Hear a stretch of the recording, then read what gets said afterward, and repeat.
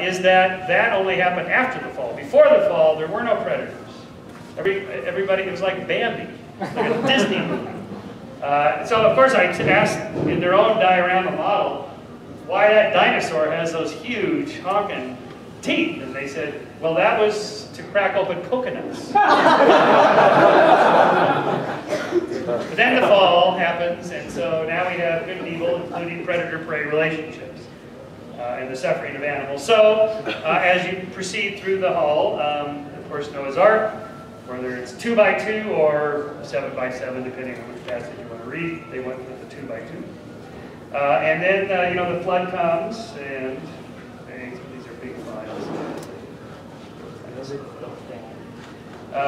So these are, that's maybe the size of like this big, right? So they have a fairly good idea of what the ark supposedly looked like. My slides are moving slow. They actually even have like a wall-size cutout of the ark and try to explain where they had to keep the predators and prey separate. So like the dinosaurs were baby dinosaurs. That explains where they fit them. They fit them. And then this is the ark going by the last people that didn't get on. Well, I call them the original left-behinders. It's hard to see, but these are tigers waiting to get them. And then the water has to recede somewhere, so that's the ark up on Mount Ararat in Turkey. One problem they have is explaining where all the water came from. There's not enough water to cover all the continents, despite what Kevin Costner showed in Waterworld, where all the ice cap melts and there's no land anywhere. That can't happen. So they have to have the water come from this canopy above the firmament. Well, anyway, we know it's up there. So anyway, they have some difficulties there. Anyway, that's what I think of that particular theory. It's full of holes.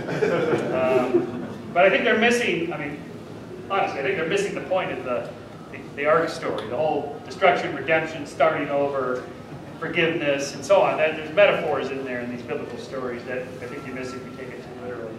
I like this one about the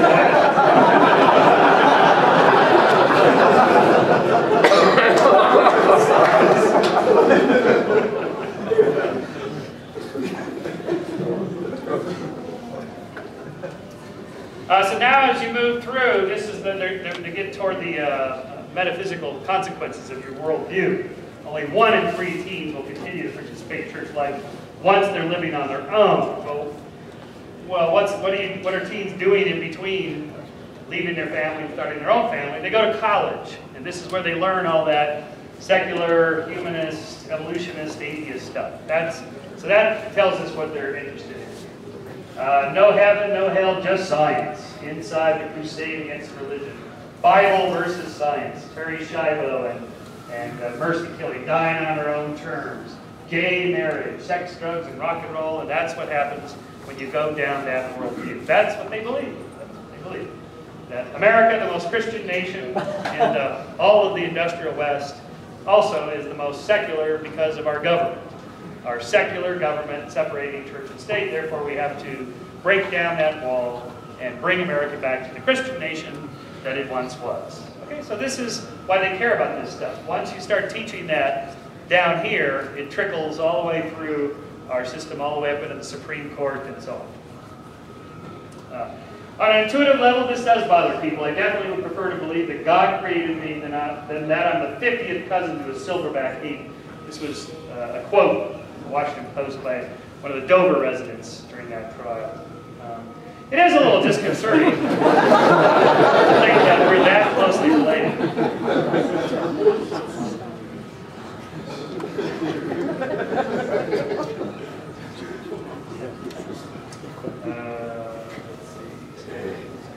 Jammed up here again.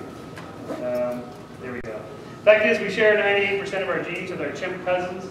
The BC cartoonist was a young Earth creationist. If man evolved from the ape, how come there are still apes around? Some of them were given choices. All right, so there's actually a lot in this. This is the first myth that if we came from the apes, then why are there still apes around? We didn't come from the apes. Modern apes and humans come from a common ancestor 6 to 7, 8 million years ago. Some of them are given choices part. That's a theological problem with determinism and free will, and how can God hold us accountable if He already knows what's going to happen? If the world is determined already and God knows what the outcome is, how can we be held accountable? Well, He gave us free will, so we can still make those free choices and be morally accountable. That's what's being slipped in there.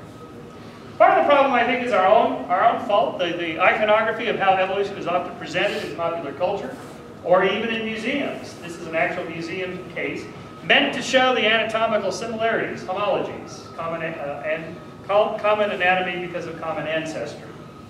But that's not what's portrayed here, in a way, because in Western history, time always moves from left to right.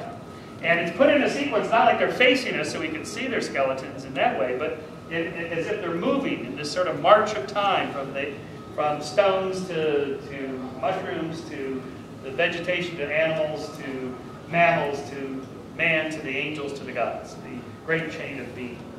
But this is not at all correct. It's completely incorrect. It's not what happened. But that's how it's often portrayed, especially with the famous Time Life foldout, a book on the human evolution in the 1950s, which actually was a takeoff from the 1925 magazine called Judge, which went from gibbon to orang, chimpanzee, gorilla, and a cave eater, which I guess was an insult at the time. We could try that again if you want to introduce that back in the culture.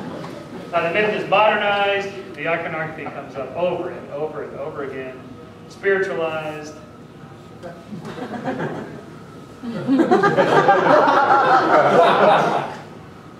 Beer, I guess. Computer company, software company.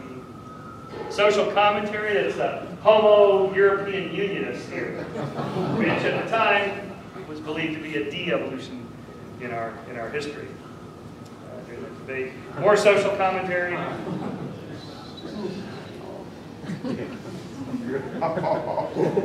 The Segway.